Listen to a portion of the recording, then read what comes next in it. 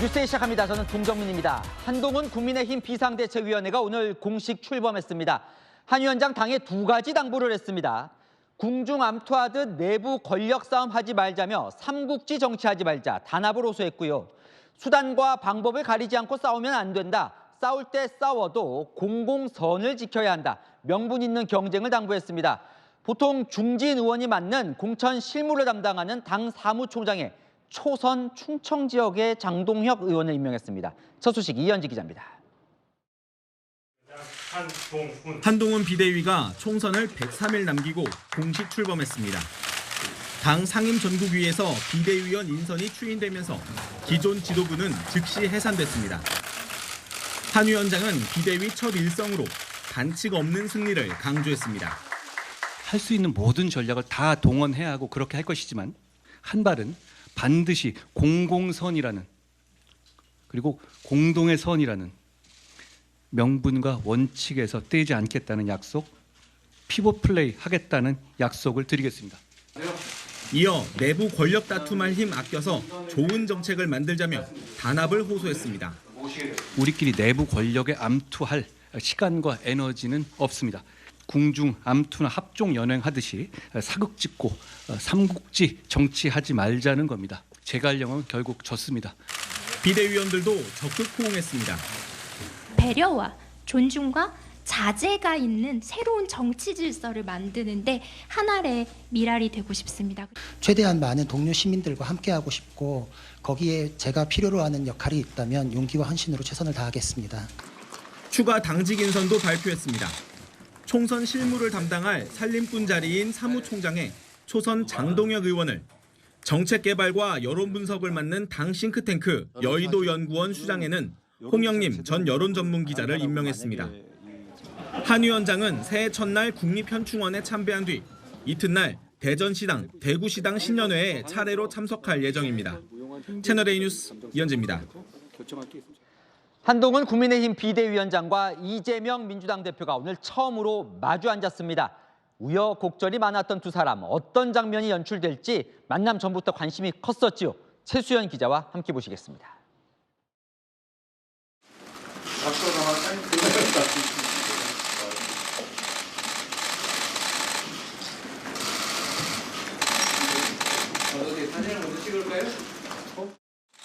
미소를 띤 채 여야 대표로 첫 대면을 한 한동훈 국민의힘 비대위원장과 이재명 민주당 대표. 한 위원장은 환대해줘서 감사하다며 몸을 낮췄고 이 대표는 협조하겠다 화답했습니다. 여당과 야당을 이끄는 대표로서 서로 다른 점도 분명히 많이 있겠습니다만 국민을 위한 정치를 한다는 공통점을 더 크게 보고 오늘은 제가 대표님 처음 뵈러 온 것이기 때문에 대표님 말씀을 많이 듣고 가겠습니다. 고맙습니다. 저희도 정말 적극적으로 협력하겠습니다. 가치적으로 대립되는 게 아닌 한 최대한 협조하겠다는 말씀을 드립니다. 이후 이 대표는 한 위원장의 과거 발언을 인용해 전세 사기 특별법과 이태원 참사 특별법 처리 협조를 요청했습니다. 아마 장관 이임식 때 하신 말씀이시라고 해요. 서민과 약자의 편에 서고 싶다. 제일 중요한 게 아마 이태원 참사 피해자분들이 아닌가 싶습니다. 한 위원장은 마음을 터놓고 신속하게 논의하자고 답했습니다. 회동을 마치고 나온 한 위원장은 이 대표와 감정 싸움 하지 말자는 이야기를 나눴다고 전했습니다. 서로 무용한 힘겨루기라든가 감정 싸움 하지 말고 결정할 게 있으면 저랑 둘이 신속하게 결정하자 이랬습니다. 여야가 첨예하게 대립하는 쌍특검법은 오늘 만남 자리에서 언급되지 않은 걸로 전해집니다. 채널A 뉴스 최순입니다.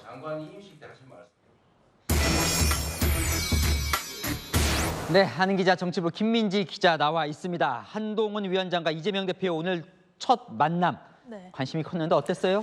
만남 장소 자체가 이 신경전의 시작인 것처럼 보였습니다. 이재명 당대표실에서 만났죠. 민주당은 두 사람이 만나서 악수를 나누는 그곳 바로 뒤에 이런 문구를 적어놓았습니다. 김건희 특검을 수용하라.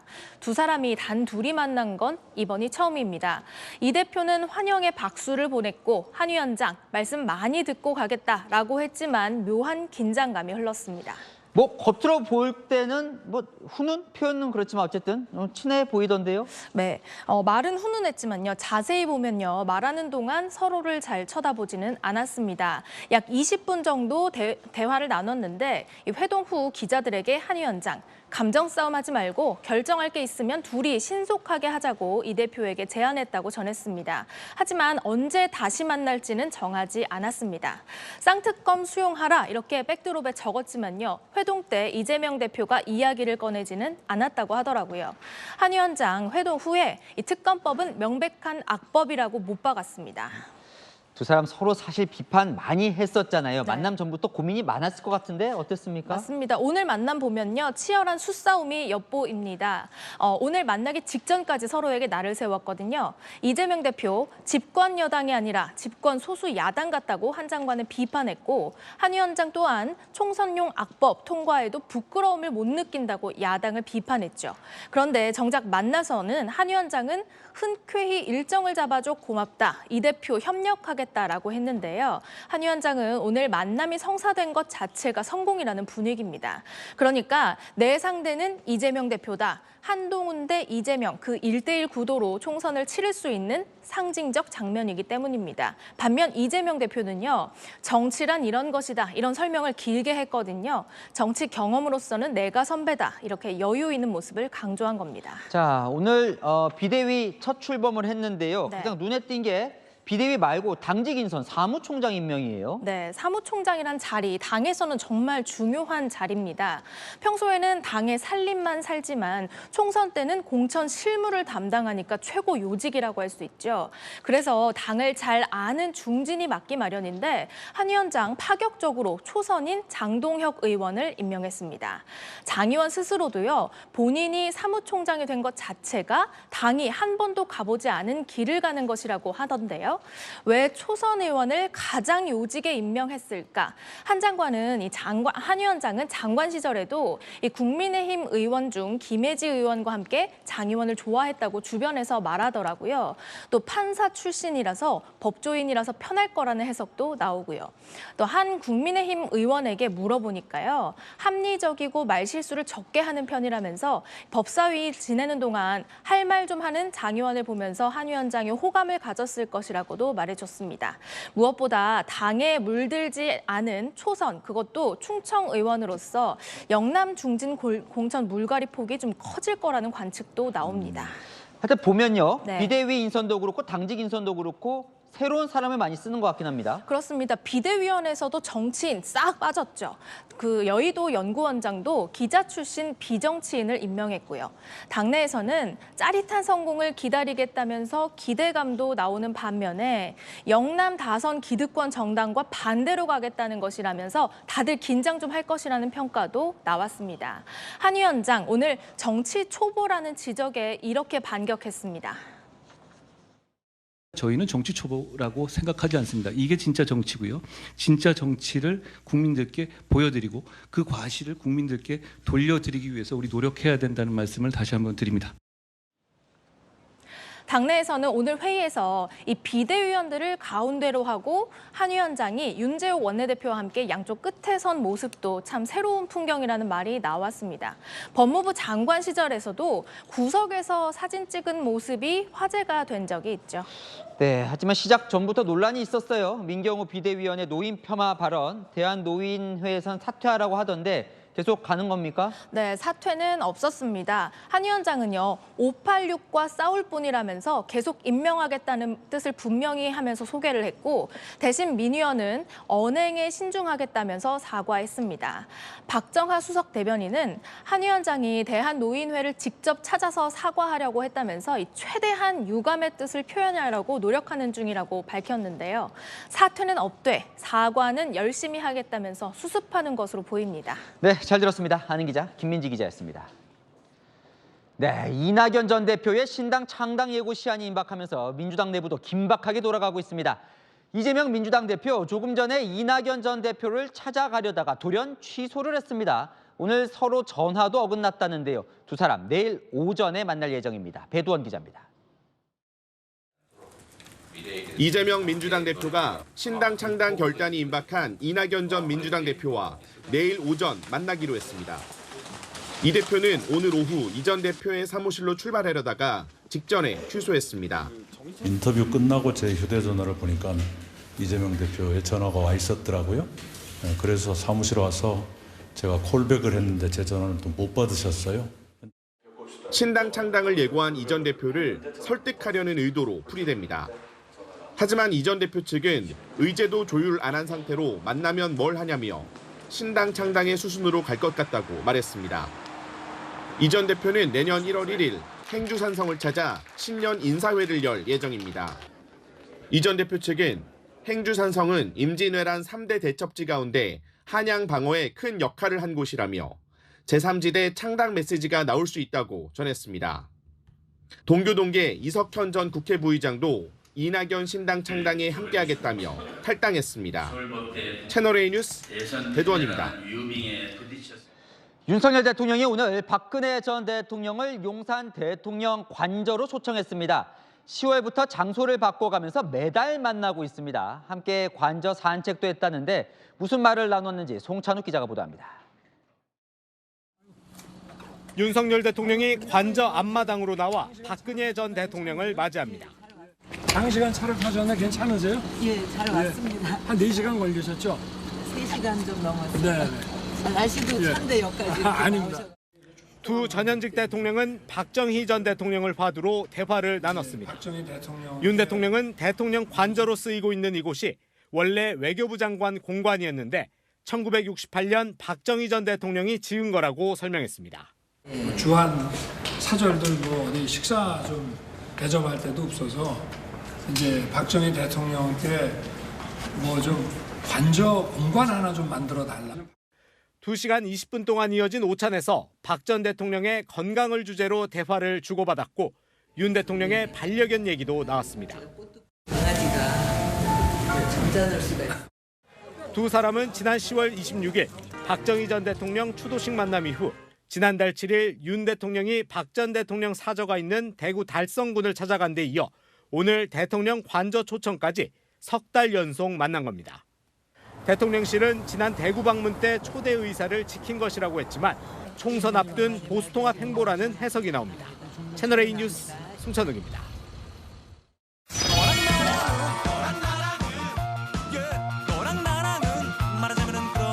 네, 윤수민 기자와 여랑야랑 시작합니다. 첫 번째 주제 보겠습니다. 김남국 의원인데요. 코인인가요? 빈칸 뭘까요? 네, 바로 90%입니다. 네, 오늘 권익위원회가 국회의원 300명의 가상자산 전수조사 결과를 발표했는데요. 김남국 의원이 국회의원 전체 거래액 중 90%를 차지했습니다. 아, 그래요? 자, 국회의원 전체 중에 몇 명이나 가상자산 거래를 했답니까? 네, 21대 의원들 임기부터 3년간 가상자산 거래한 의원이 총 11명이었습니다. 누적 거래 금액을 다 더하면 총 1,256억입니다. 이 중 90%가 김남국 의원이 했다는 거죠. 이미 국민들에게 잘 알려져 있는 김남국 의원의 가상자산 매수 누적 금액은 약 555억 원이고 매도 누적 금액은 563억 원인 것으로 확인되었습니다. 누적 금액이 뭡니까? 그러면 김 의원이 500억 원 넘게 뭔가 투자를 했다는 거예요? 네, 이 김 의원이 코인을 산 누적 금액 555억 원이죠. 이 555억 원을 투자했다는 이야기는 아닙니다. 좀 어려우실 텐데 예를 들어보겠습니다. 10만 원을 투자했다고 하면요. 한 번 거래하면 누적액 10만 원이죠. 그 돈으로 다른 데 거래하면 누적액 20만 원이 됩니다. 10만 원을 갖고 555만 번 거래하면 누적액은 555억 원이 됩니다. 아, 그러면 저 누적 액수만 갖고는 김 의원이 얼마의 금액을 코인에 정확히 투자했는지 알 수가 없군요. 네, 제가 권익위원회에 투자 횟수를 물어봤는데 알기 어렵다고 하더라고요. 수천 번 이상은 된다는데 정확히는 알 수 없다고요. 김 의원 스스로도 이 거래 횟수를 밝히지 않아 왔죠.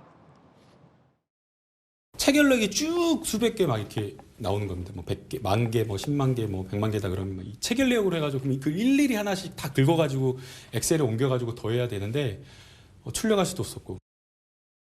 어쨌든 결과적으로 김 의원 코인 의혹은 뭔가 명확하게 나온 게 없는 것 같아요. 네, 한 시민단체가 이 김 의원의 코인 투자로 이 정신적인 고통을 입었다며 1,000만 원의 위자료를 청구하는 소송도 제기했는데요. 이 법원은 김 의원에게 유감을 표하라며 강제 조정을 했고요. 이 김 의원은 구체적인 사과 없이 이미 정치적 책임을 졌다며 법원 강제 조정에 이의를 제기했습니다. 네, 다음 주제 보겠습니다. 자, 왼쪽은 비명계 이원욱 의원이고 오른쪽은 누굽니까? 네, 민주당이 오늘 발표한 공천관리위원장입니다. 이 이명백 고려대 명예교수인데요. 민주당 임 위원장에게 이런 기대를 표했습니다. 민주주의 세계적 석학이신 고려대 임혁백 교수님을 임명했습니다. 한국 정치사 현장과 함께 했고요. 임 위원장은 투명하고 공정한 공천관리 업무를 이끌어줄 것을 기대하고 있고요. 네, 학자로는 꽤 유명하신 분인데 이 공천이라는 게 워낙 민감한 거잖아요. 그걸 총괄하는 자리에 학자를 임명을 했네요. 네, 말씀하신 대로 이 비명계는 이 공천관리위원회가 이 학살이 되지 않을까 걱정하고 있죠. 임 위원장 지명 소식에 이 친명 공관위원장이라고 반발했습니다. 대선 경선 초창기에 이재명 캠프의 정책팀 일원으로 참가했고 이재명의 사람으로 분류될 수 있는 사람 아니겠냐. 그렇다면 또다시 또 이재명 사람을 하는 거구나라고 평가받을 수뿐이 없을 것 같습니다.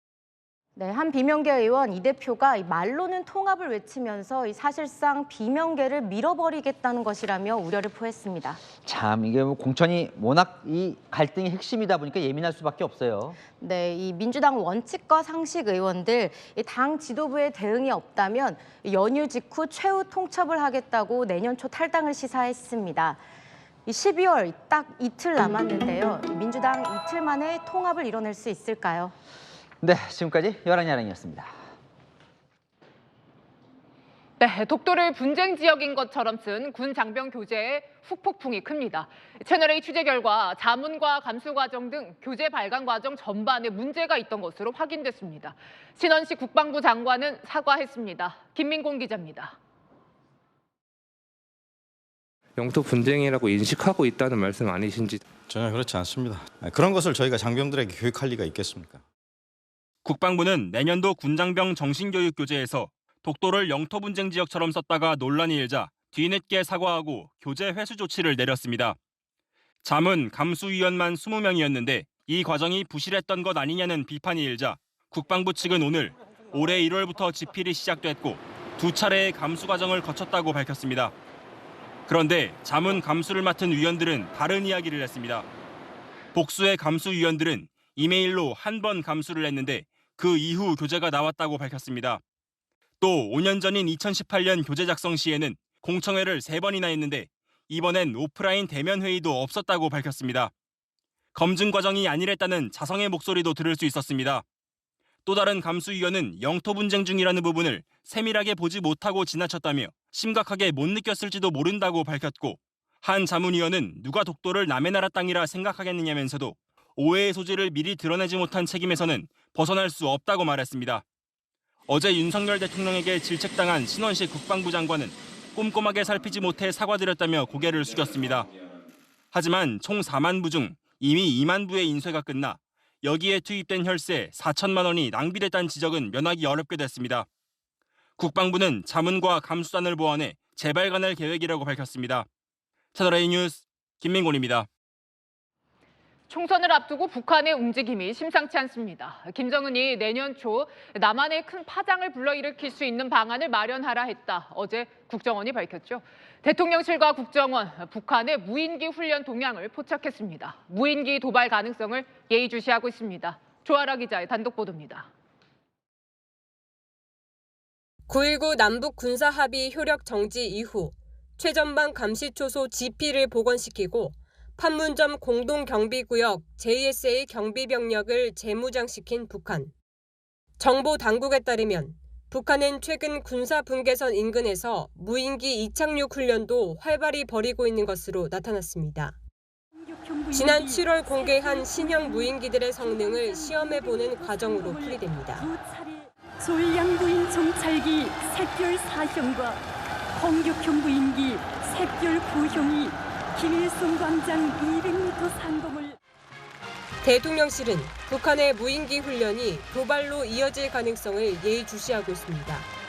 대통령실 고위 관계자는 무인기 도발 가능성은 늘 열려 있다며 총선 전 교란 목적으로 도발을 할 수 있다고 설명했습니다. 실제 국정원은 김정은이 내년 초 남한에 큰 파장을 불러일으킬 수 있는 방안을 마련하라고 했다는 첩보 내용을 이례적으로 공개했습니다. 북한은 2016년과 2020년 총선을 앞두고 각각 핵실험과 탄도미사일 발사 등의 도발을 벌인 바 있습니다. 채널A 뉴스 조아라입니다. 배우 이선균 씨의 발인식이 오늘 엄수됐습니다. 가족과 동료들이 마지막 길을 함께 했습니다. 김호영 기자입니다. 비공개로 열린 발인식이 끝나자 이선균 씨의 가족이 영정사진을 들고 걸어 나옵니다. 침묵 속에 연예계 동료들이 고인 뒤를 따릅니다. 눈물을 삼키던 부인 전혜진 씨는 눈물을 터뜨립니다. 유족들은 고인 곁을 쉽게 떠나지 못했습니다. 결국 차 문이 닫히고 차량은 장례식장을 떠났습니다. 이 씨는 수원시 연화장에서 화장돼 경기 광주시의 한 추모공원에 영원히 잠들었습니다. 장례가 치러진 사흘간 많은 영화계 연예계 동료들이 빈소를 찾아 추모했습니다. 장례식장을 찾았던 동료 배우들은 오늘 발인식에도 참석해 침통한 표정으로 고인의 마지막 길을 배웅했습니다. 이선균 씨에 대한 마약 수사는 공소권 없음으로 종결될 예정입니다. 하지만 관련된 경찰의 수사는 계속됩니다. 이선균 씨를 협박해 5천만 원을 챙긴 혐의의 20대 여성 A씨는 어젯밤 구속됐습니다. 부산으로 도주했다 체포된 이 여성은 어제 오후 구속영장 실질심사를 받았습니다. 이선균 씨 공갈 협박한 혐의 인정하세요? 마약과 관련해 검찰의 수사도 시작됩니다. 유흥업소 실장을 통해 이선균 씨에게 마약을 제공한 혐의로 경찰의 구속 수사를 받고 있던 성형외과 의사 B 씨는 오늘 검찰로 넘겨졌습니다. 채널A 뉴스 김호영입니다. 가수 송가인의 연말 콘서트 준비 중에 무대 장치가 무너졌습니다. 작업자 4명이 다쳤는데요. 공연 무대를 준비하거나 철거하는 도중 안전사고가 잇따르고 있습니다. 배유미 기자입니다. 무너진 철제 기둥들이 무대 위에 쌓여 있습니다. 어제 저녁 6시 50분쯤 17m 높이 무대 장치가 넘어져 작업자들을 덮쳤습니다. 이 사고로 작업자 4명이 크고 작은 부상을 입어 병원으로 옮겨졌습니다. 생명엔 지장이 없는 걸로 전해집니다. 작업자들은 내일 예정된 가수 송가인 씨의 콘서트 무대를 설치하고 있었습니다. 자칫 공연 도중에 벌어졌다면 더 큰 사고로 이어질 뻔했습니다. 한참 마무리 작업이었어요. 확 무너진 게 아니라 그나마 좀 이게 좀 천천히 무너져가지고. 경찰은 공연 책임자 등 2명을 업무상 과실치상 혐의로 입건했습니다. 안전관리는 제대로 됐는지, 무대 설계를 임의로 변경했는지 등을 조사하고 있습니다. 감시를 해야 되는데요. 조명업자라든가 시공 책임자라든가 많이 좀 엇갈리고 그래요. 송가인 씨 소속사 측은 관람객 안전을 위해 콘서트를 연기했습니다. 앞서 지난 9월 경기 하남에선 40m 높이 무대 구조물이 쓰러지는 사고로 작업자 8명이 다쳤습니다.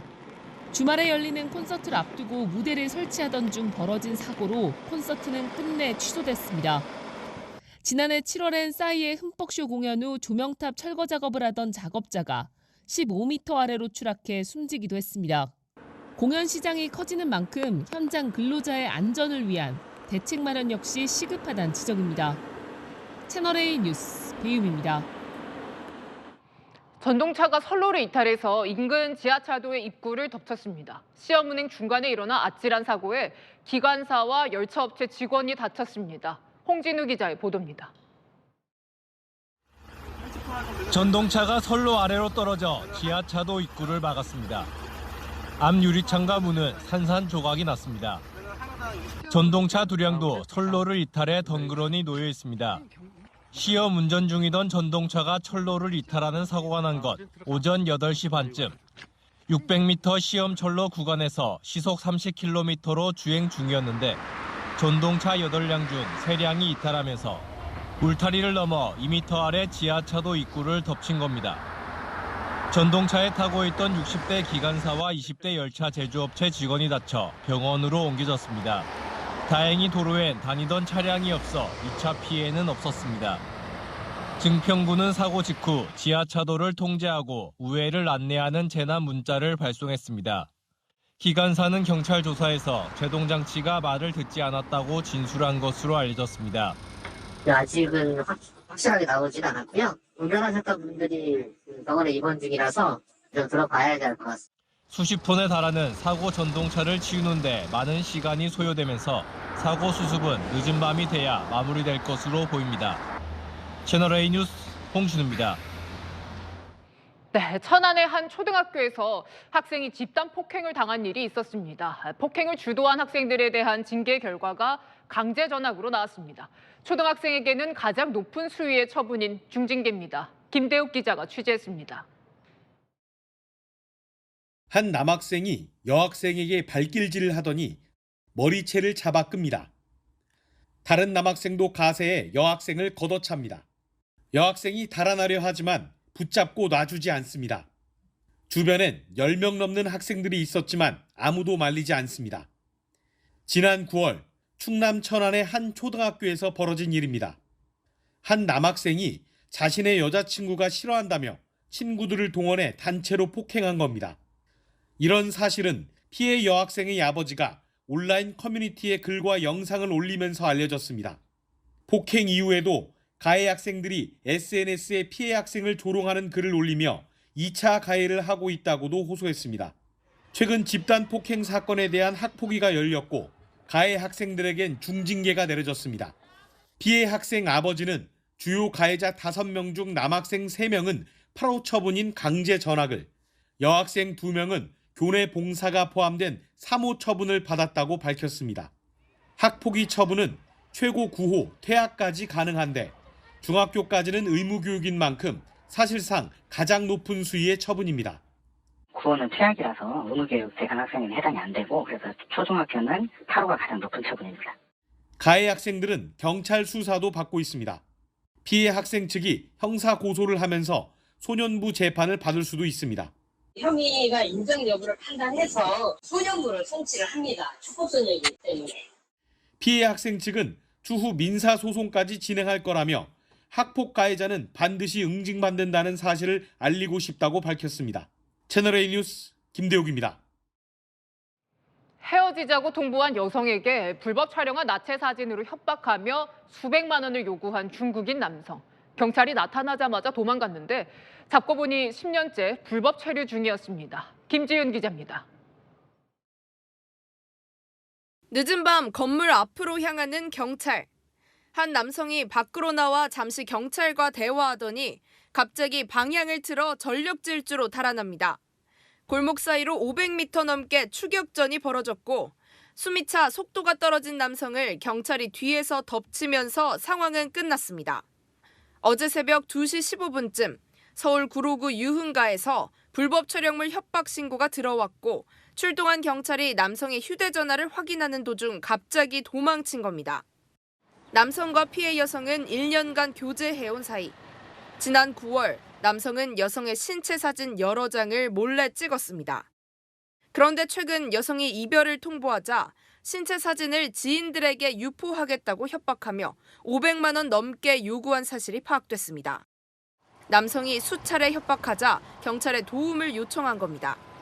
붙잡힌 피의자는 중국 국적의 50대 남성으로 10년째 불법 체류자 신분인 걸로 확인됐습니다. 경찰은 남성에 대해 촬영물 등 이용 협박 혐의로 구속영장을 신청했습니다. 영장이 기각되더라도 남성은 한국에서 강제 추방될 걸로 보입니다. 채널A 뉴스 김지윤입니다.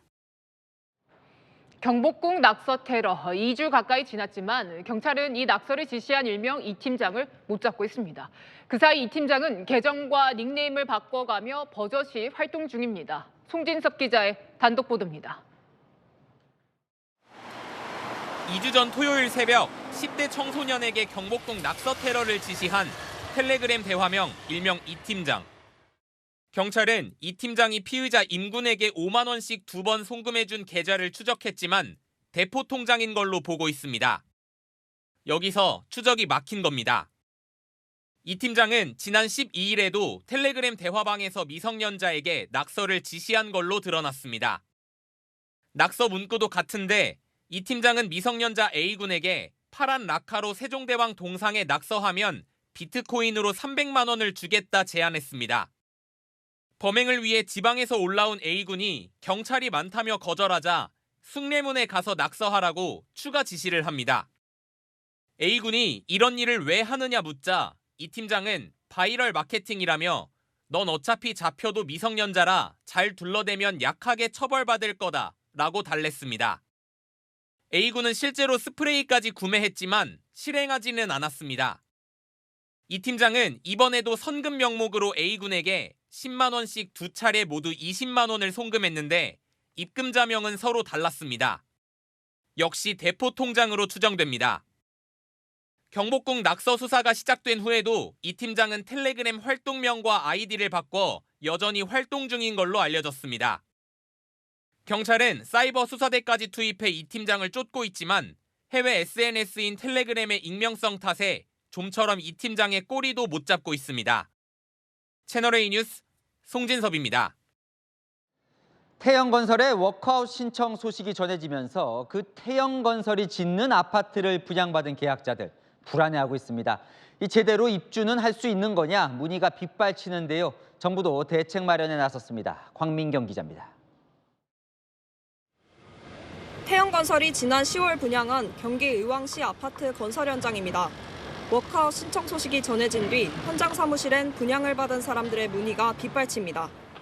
공사가 지연되는 걸 저희 고려하셨고요. 뇌가된 계약금을 지킬 수 있는 예산을 마련하고 태영건설이 공사 중인 사업장 중 분양이 진행된 곳은 전국 22곳. 곳곳에서 아예 입주 시기가 늦어지는 것 아니냐는 우려도 많습니다. 언제부터 입주가 가능할지 궁금해라도 하시고 불안해라도 많이 하시죠. 뉴스 보고 EF 대출 때문에 이제 뭐 본인들 집도 문제가 될 수 있냐라는 질문들을 많이 하셨어요. 22곳 사업장 중 주택도시보증공사의 분양보증에 가입된 곳은 14곳입니다. 나머지 8곳은 LH가 시행하는 곳이 6곳, 신탁사나 지역주택조합이 시행하는 사업장 2곳입니다. 당장 공사가 무산될 가능성은 적지만 준공이 미뤄지면 분양자들 부담은 커질 수밖에 없습니다. 정부는 비상시 시장 안정을 위해 더 많은 자금을 공급하겠다며 불안 잠재우기에 나섰습니다.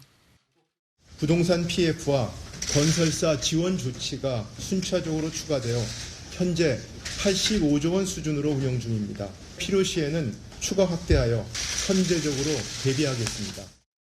태영건설과 하도급 계약을 체결한 협력업체 581곳의 피해를 최소화하기 위한 후속 대응도 이어갔습니다. 은행 등이 협력업체에 금융 지원을 하다 부실이 발생해도 중대과실이 없다면 책임을 묻지 않기로 했습니다. 채널A 뉴스 광민경입니다. 요즘 음식 배달시킬 때 배달비도 신경이 쓰이죠. 꽤 비싸기도 하고 차이도 많이 나니까요. 통계청이 처음으로 외식 배달비 얼마인지 통계를 발표했습니다. 7,000원까지 내야 하는 경우도 있었습니다. 정현우 기자입니다. 배달비가 아깝단 목소리가 적지 않습니다. 배달비를 한 번에 보통 얼마 정도 내나요? 3, 4천 원 정도. 조금 아깝다고 생각이 들긴 해요. 통계청이 외식 배달비 통계를 처음으로 내놨습니다. 지난해 11월부터 이번 달까지 매달 조사했는데 1년 동안 4.3% 오른 것으로 나타났습니다. 지역별론 수도권이 4.6%, 비수도권이 3.9% 올라 수도권에서 배달비가 더 많이 뛰었습니다. 소비자들은 배달비가 5,000원이 넘어가면 부담스럽다는 반응입니다. 제가 내본 것 중에 최대는 한 4천 원인 것 같아요. 그러면은 차 타고 가서 살 것 같아요. 금액별 분포를 보면 3,000원대가 47.3%로 가장 많았습니다. 2,000원대 30.9%, 4,000원대 11.3% 순이었고 최대 7,000원까지 조사됐습니다. 실제로 배달앱에선 배달비 7,000원 안팎의 음식점을 쉽게 찾아볼 수 있습니다. 서울 대학로 앞인데요. 이곳에서 3.6km 떨어진 청량리 근처 음식점에 주문을 하면 배달비만 7,000원이 나옵니다. 업종별 최대 배달비는 양식이나 일식이 7,000원, 한식은 6,200원에 달했습니다.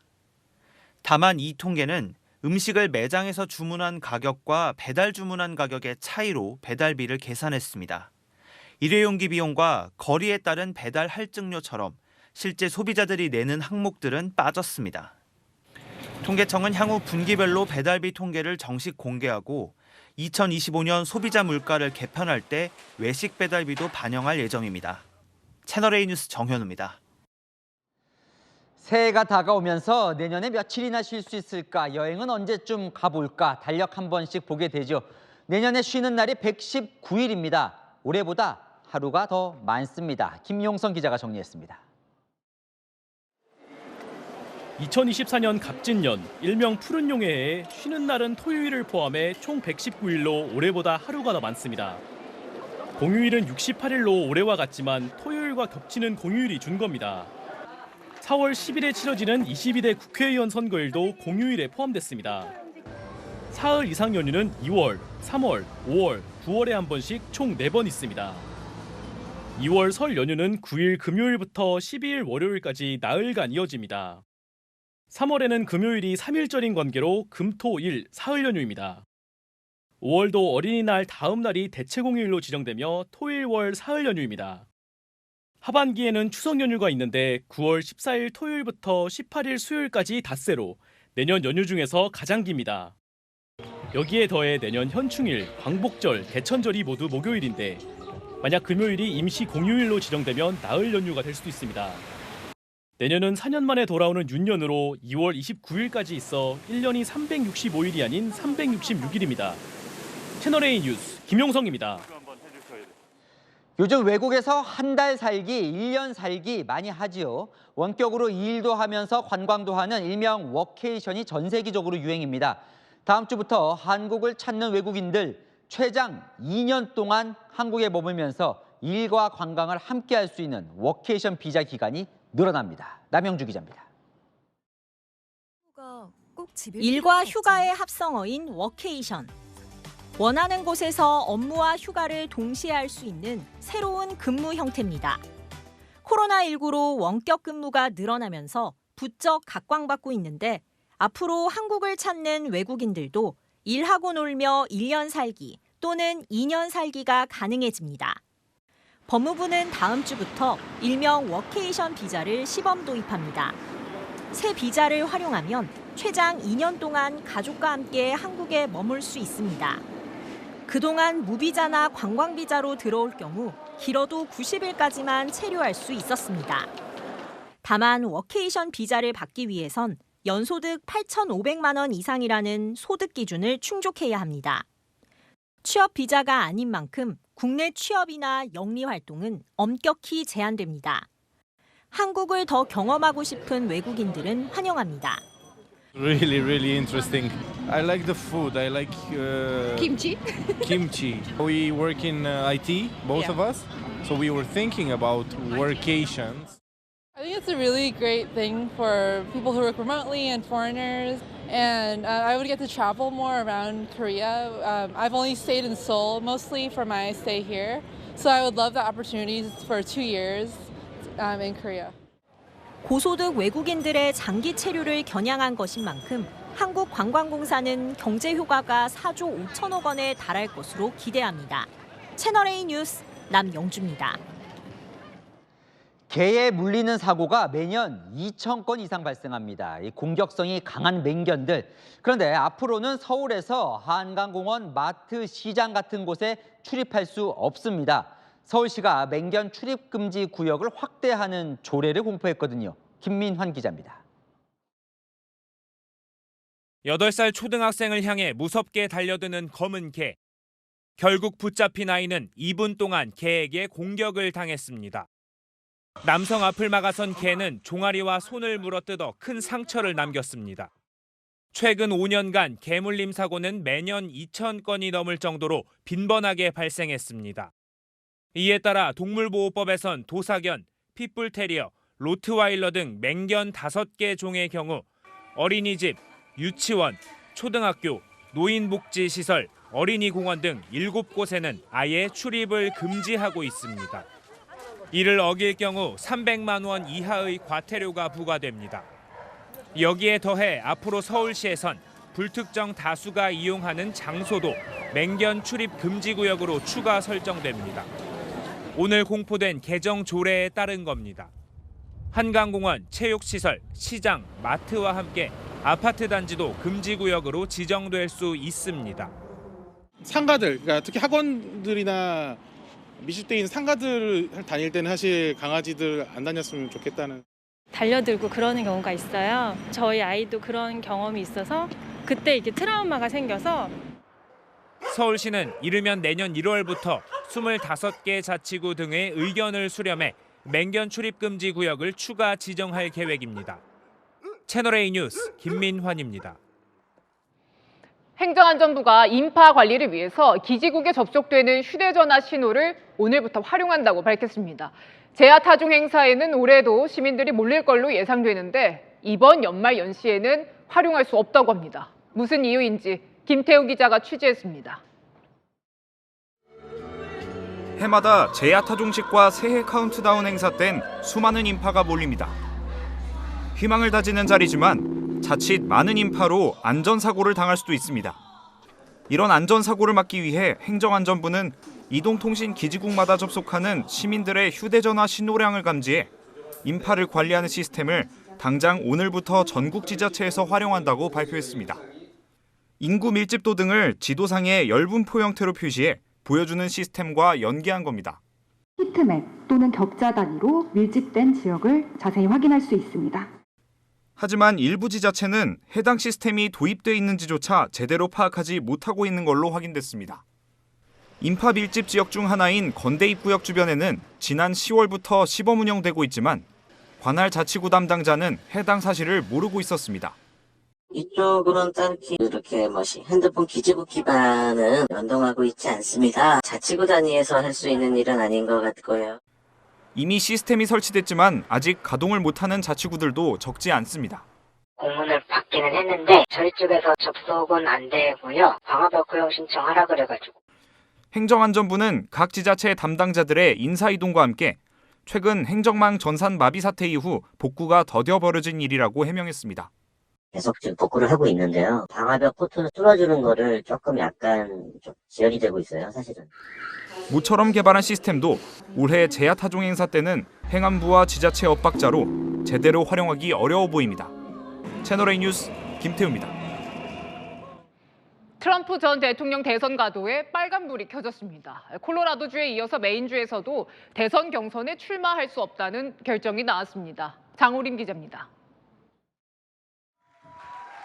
미국 메인주가 트럼프 전 대통령의 내년 대선 출마에 제동을 걸었습니다.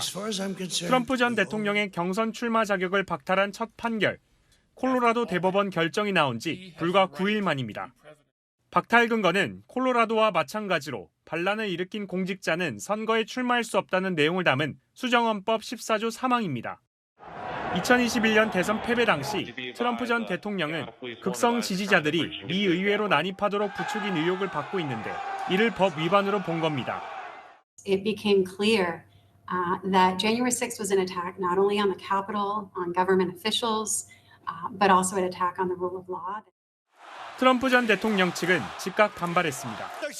트럼프 캠프 대변인은 벨로즈 국무장관을 향해 악성 좌파, 바이든 지지 민주당원이라 부르며 당파적 선거 개입은 민주주의 공격이라고 비판했습니다. 메인주는 2020년 대선 당시 트럼프 대통령이 선거인단 4명 중 1명을 가져가 콜로라도와 달리 중요한 지역으로 여겨집니다. 트럼프 전 대통령의 출마 자격을 두고 현재 소송이 30여 곳에서 제기됐지만 미네소타와 미시간 등 대부분 주는 출마 자격을 인정했습니다. 주마다 다른 판결을 내놓는 가운데 결국 연방 대법원이 최종 결정을 내릴 것으로 보입니다. 채널A 뉴스 장호림입니다. 팔레스타인 남성 수십 명을 속옷만 입힌 채 무릎을 꿇린 영상이 추가로 공개돼 논란입니다. 이스라엘군은 하마스 무장대원인지 무기를 소지하고 있는지 살펴보기 위한 것이라고 주장하는데요. 소년과 여성까지 포함돼 있어서 인권 침해 비판이 나옵니다. 이다혜 기자입니다. 팔레스타인 남성 수십 명이 무릎을 꿇고 있습니다. 영상을 자세히 살펴보면 앳된 소년들의 모습도 보입니다. 성인 남성과 마찬가지로 속옷만 입고 있습니다. 히잡을 쓴 여성도 포착됐습니다. 고령의 노인들은 이스라엘군에 끌려 나오는데 웃으며 기념사진을 찍는 이스라엘 군인들과 상반된 모습입니다. 현지 시각 24일 한 사진가가 이스라엘군을 종군 취재하다 찍었다며 SNS에 공개한 영상인데 인권 침해 논란이 일고 있습니다. 한 인권단체는 10살 정도 아이들과 70살 이상 노인들이 옷을 벗도록 강요당하는 등 굴욕을 당했다며 국제사회에 조사를 촉구했습니다. In the past, Israel has said that the reason why they strip people down is to check them for explosives for children to wear. But we're still asking questions about exactly what the circumstances are with this video. CNN은 특히 왜 어린이들까지 억류했는지 이스라엘군의 해명을 요구했지만 답변을 듣지 못했다고 보도했습니다. 뉴욕타임스는 영상 검증 결과 이달 중순쯤 가자시티의 축구 경기장에서 촬영됐다고 전했습니다. 팔레스타인 주민을 구금한 사실이 여러 번 확인됐던 곳입니다. 이달 초에도 이스라엘군이 남성들을 반나체로 억류한 영상이 퍼지면서 민간인 인권 논란이 일었습니다. 채널A 뉴스 이다혜입니다. 올해 세계도 무척 바빴습니다. 정말 많은 일이 일어났는데요. 2023년 나라 밖에서 일어난 뉴스들을 7개의 키워드로 정리해봤습니다.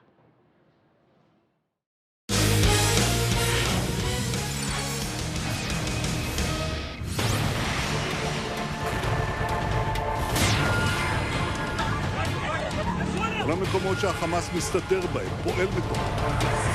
נהפוך אותם לאיי חורבות.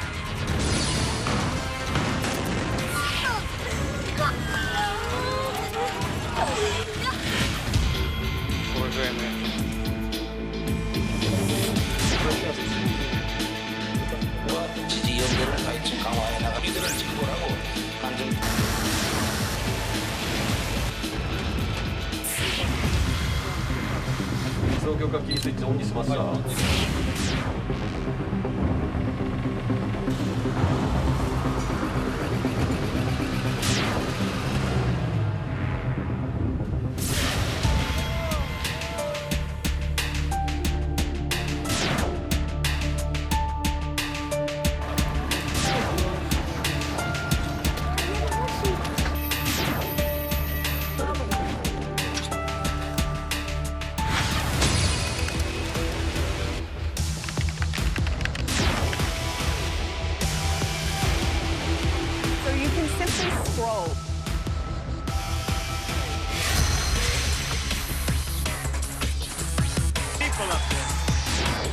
Approval ratings with the Republican voter base.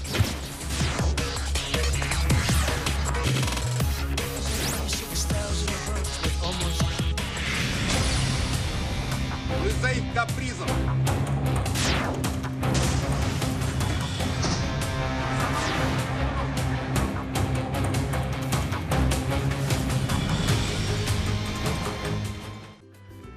이틀 후면 2023년의 막이 내립니다. 이번 연말연시 연휴 큰 추위는 없겠지만 내일과 모레 전국에 눈비가 내리겠고요. 새해 첫날 맑아집니다. 이번 눈비는 중부에 집중됩니다. 눈으로 내릴 경우에 강원 산간에 20cm가 넘는 폭설이 예상되고요. 수도권도 많게는 7cm, 그 밖에도 3cm가 내리겠습니다. 눈비가 내리는 동안에도 중부 곳곳은 공기가 탁하겠습니다. 한편 2023년의 마지막 날 눈비가 이어지고 낮은 구름이 남아서 해넘이 관측은 일부 지역만 가능합니다. 서울은 17시 23분에 해가 지겠습니다. 반면 해도 지는 맑은 하늘 사이로 볼 수 있습니다.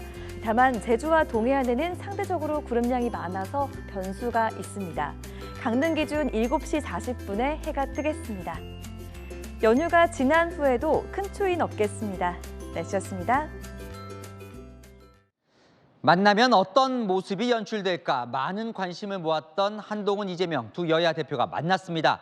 한동훈 국민의힘 비대위원장, 국민을 위한 정치라는 공통점을 보면서 건설적인 대화를 하자 했고, 이재명 민주당 대표 가치 대립이 아닌 한 협력하겠다, 국민에게 희망을 드리자 했습니다. 여야 모두 국민이 무엇을 원하는지는 잘 알고 있는 거죠? 마침표 찍겠습니다. 증오 대신 대화 정치. 뉴스에 마칩니다. 감사합니다.